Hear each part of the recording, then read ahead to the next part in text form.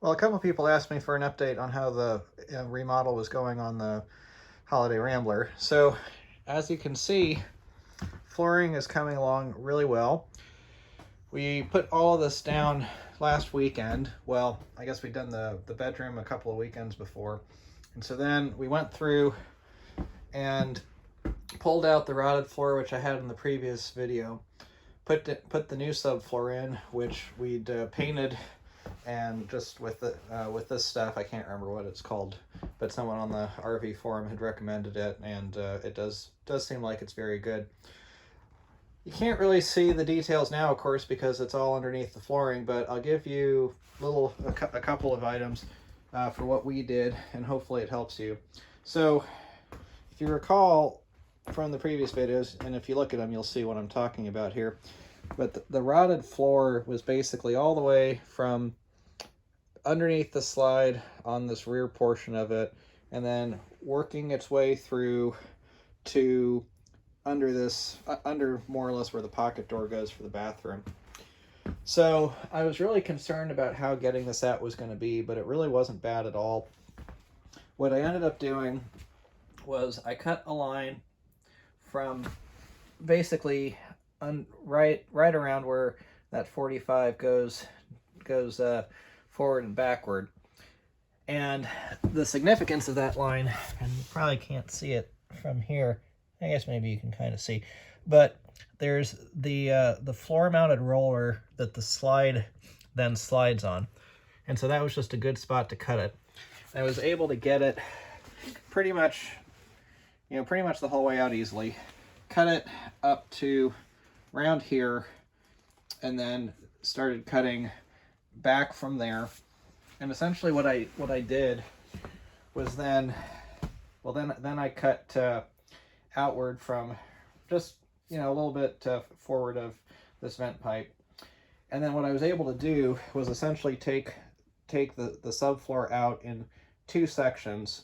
One the forward half, one the back half with the rot in the middle, and then it took a while to basically just dig out all the rotted subfloor from underneath.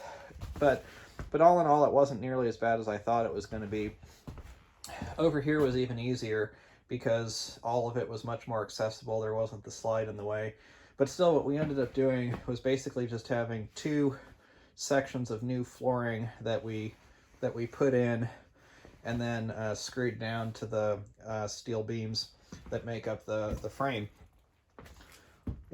Now, before we did that, we did go through and try to plug up as many of the holes as we could find that had been left from the factory, which there were a lot. You can kind of see some of them. There were a lot of gaps around this vent tube, a lot of gaps around that drain pipe, around some of those other pipes, and also this is where the shower drain goes. And now that I can feel a few areas where maybe it could get touched up a little bit better. But the shower J pipe goes in here, and all of this was open to the bottom. Not to mention, also, and remember we got rid of the propane heater, but the propane heater vents run underneath where normally there's foam insulation, but it's just an open cavity so that the air can go through.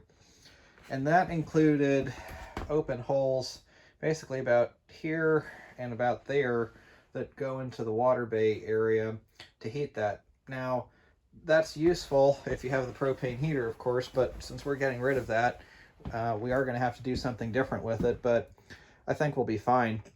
So, but the real takeaway from this is that last weekend when we were working on it, it was in the single digits or maybe the low double digits, and once we had closed up some of those holes that had always been there, there was about a 5 or 10 degree difference between the bathroom area versus up front here.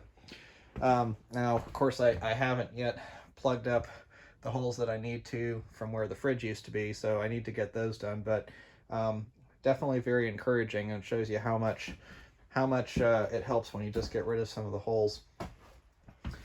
Maybe one of the other things to point out that I thought was going to be difficult but ended up not being bad at all was that under, you won't be able to see, but under about there is where another slide roller exists, and that's the roller that's on the slide that rolls on the floor.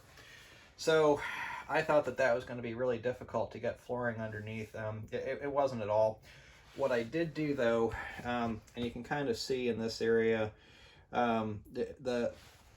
these boards that all kind of end in about the same spot, which normally I wouldn't do because it doesn't look as good, but what I did was these are more or less full length boards. You know, I did cut them a little bit, and then just tapped them in, and got them under the roller. Normally with this click lock flooring, you'd go from left to right. So in this case, I went from right to left. You know, it clicks in that way, and you can kind of see over here. Well, I guess this part's a bad example, but these pieces of flooring have basically the top part that clicks into the piece one more to the left. So that was what I did, and it worked pretty well for me. We didn't finish up everything here, obviously, and what we're also going to do is we're basically going to keep on doing the flooring up to around here, where the factory wood flooring was. We're going to replace the factory wood flooring up front with the same flooring that we're putting down.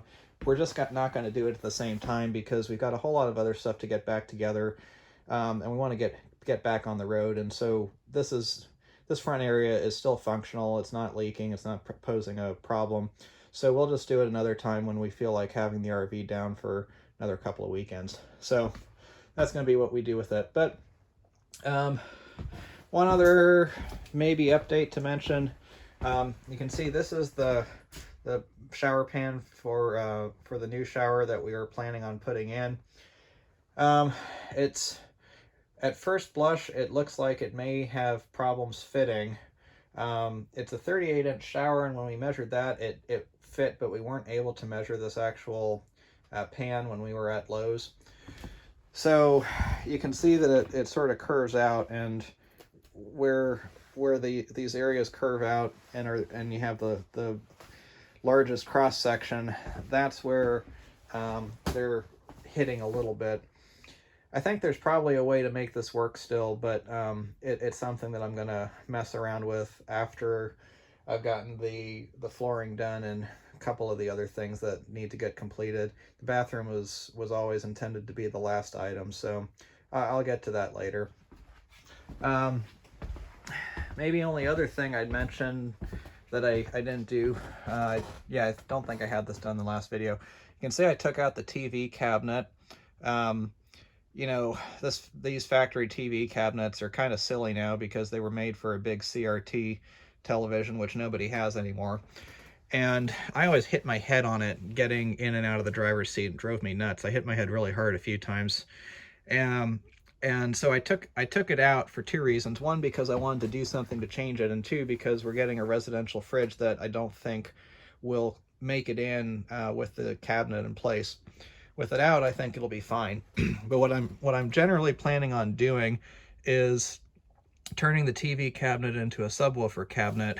Probably have a subwoofer about here pointed downwards within an enclosure that'll be hidden, and I'll probably end the cabinet right around here, so there'll still be enough material to support the television, the LCD television that we had, flat screen, whatever you want to call it. So I think that'll work, and then that'll also give me a better view while driving. So I'll do some more updates on that. I've got some other videos that I've recorded, but I don't want to. I'm going to put them together as a match set when they're done, about the EGT gauge and the oil temperature gauge that I'm adding. But I need to run the wire from front to back for that. And it's just too cold. It's 9 degrees now, and I don't feel like working outside under the RV in that. I've been spending the day in the garage working on my Cobra. Check out my channel for the video on what I did for that too. Anyway, just hope you enjoyed the little update, and happy to say things are moving along. And this is, for as terrifying as this project was when we started it, it's been a lot of work, but it really hasn't been as terrible as we thought it was going to be. So hopefully this gives you a little courage. if you're considering it. So anyway, don't forget to like and subscribe. Thanks for watching. Have a good day.